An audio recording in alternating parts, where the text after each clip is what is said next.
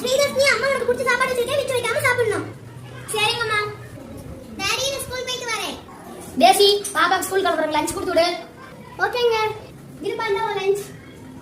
Nurjahan lunch டைம்ல தொழுகு பண்ணிடுமா?